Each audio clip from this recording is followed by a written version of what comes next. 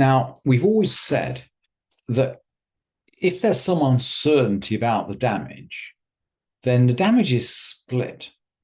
So maybe some ox is not known to gore.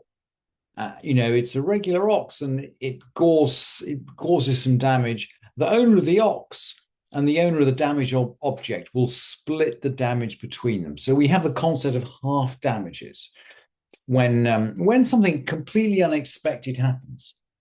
And we're going to extend that as we go into the beginning of the 5th chapter to situations where we don't really know what happened.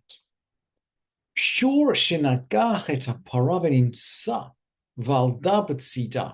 ox gored a cow, and its child, its young, was found at its side.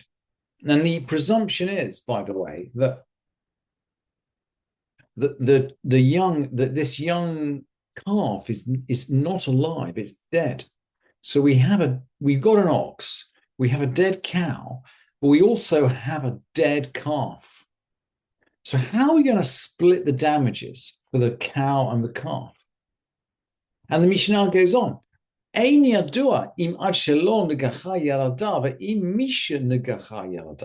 We don't know whether this ox gored the cow before it gave birth or after it gave birth. And the corollary, if it gored before it gave birth, then the corollary will be that, the damages due were just essentially half the value of the cow. But if after it gave birth, well, the presumption is that this ox not only gored a cow, but it also gored the calf of the cow. And we don't know. Interestingly, previously, when we didn't know something, the Mishnah ruled that the claimant had to bring evidence. And here we seem to be we're not going to rule that way. The Mishnah is not going to rule that way. It's going to split the down 50-50. Mishalem chatzi nezek uruviyah la veled. We're going to pay half damages for the cow and quarter damages for the calf.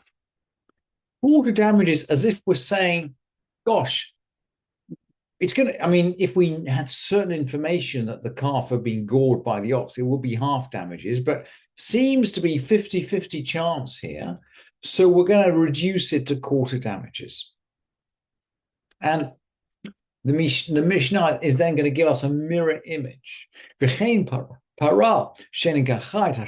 similarly, if a cow gored an ox, so we're going to go the other way around now. And its newborn was found at its side. We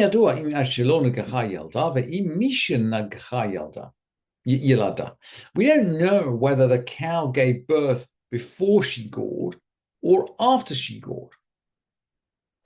So the owner is going to pay half damages from the value of the cow. Min havaled, and quarter damages from the newborn, as if the newborn had somehow participated in this goring. The Mishnah then continues with a series of examples about someone who brings his property into the property of someone else. And we've already learned, by the way, that if you bring your property into the property of someone else, you have to be specially careful. You have to take responsibility for what happens. And we learned this in the 2nd chapter, but now in the 5th chapter, the Mishnah is going to bring a number of examples which really reinforce the point, and they're going to be summarized by Rabbi Yudan Nasi, the compiler, the editor of the Mishnah, right at the end. So let's jump into these examples. And just like the Mishnah above, we'll see these are mirror images of one another.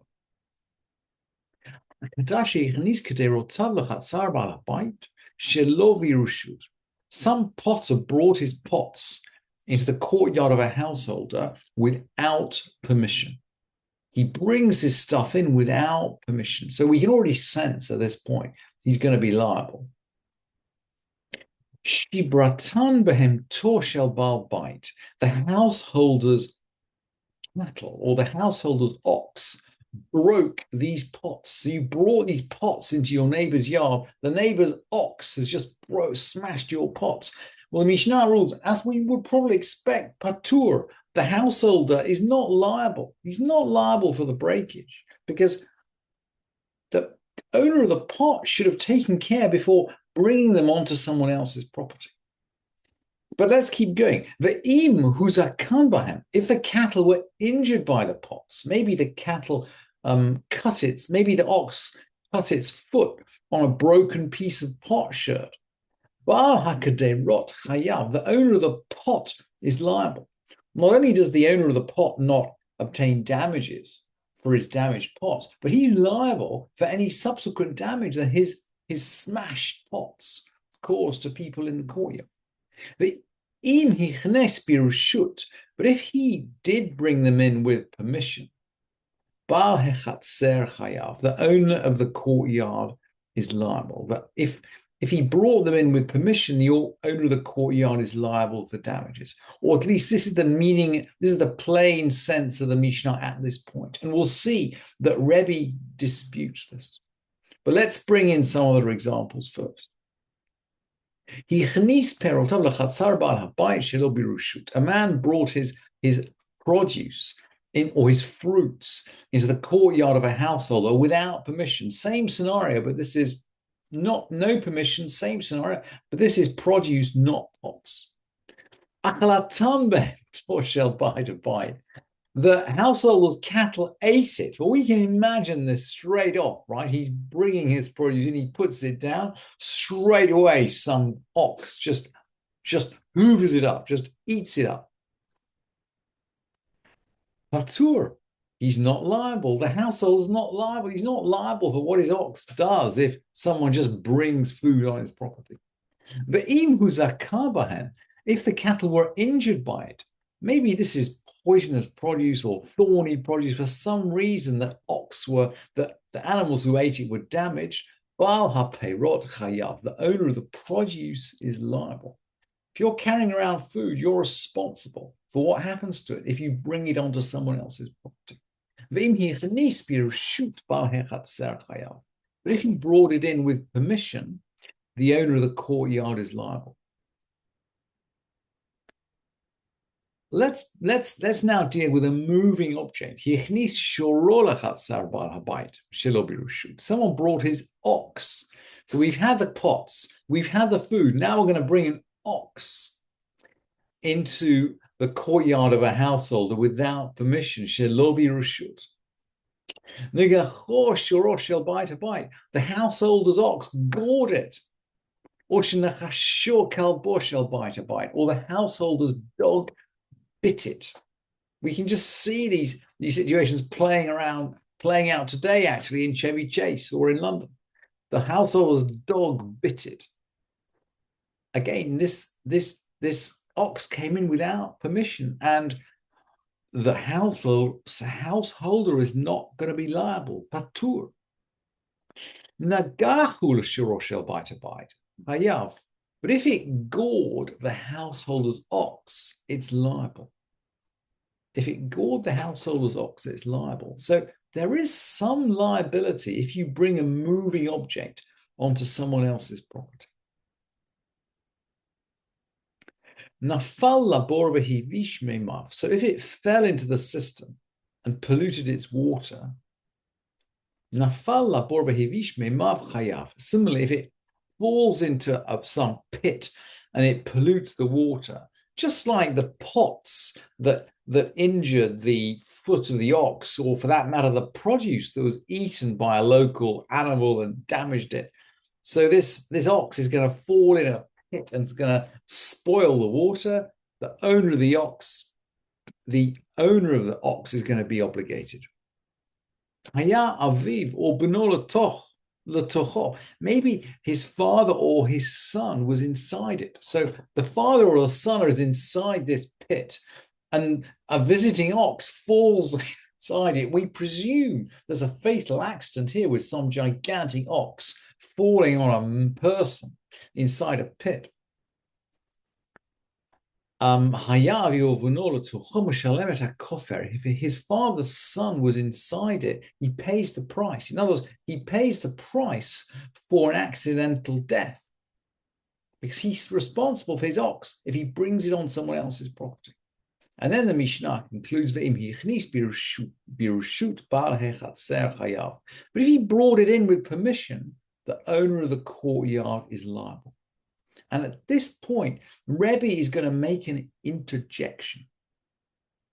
Rebbe Omer b'chulam. Rebbe says about all these examples, all these examples fit into one pattern.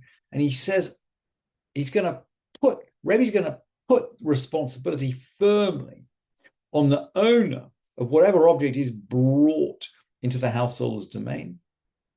Ad sheyekabel alav ba'al habayit lishmor. Rebbe Omer b'chulam ad sheyekabel alav ba'al habayit lishmor. He says about all of these until the householder has accepted that he would watch over it, i.e., he has no responsibility until he actively accepts that he's going to watch over this ox or this produce or these pots which are brought onto his land. Even if he gives permission, it's not enough. He has to actively accept. And the Rambam concludes, the halacha is like Rebbe, who says that the owner of the house is not liable for anything. Lo chayav Baal habayit shum davar. He's not liable for anything. Im lo kibel alav lishmor, if he doesn't accept upon himself to guard it. And then he continues, uchmochen ba hashor lo yitacheb shum davar lefi shebirshut yichnis. Similarly, the owner of the ox is not liable for anything since he entered with permission. So in this final situation, where the owner enters with permission, but the householder doesn't agree to guard the object, seems that neither one is liable for any damage.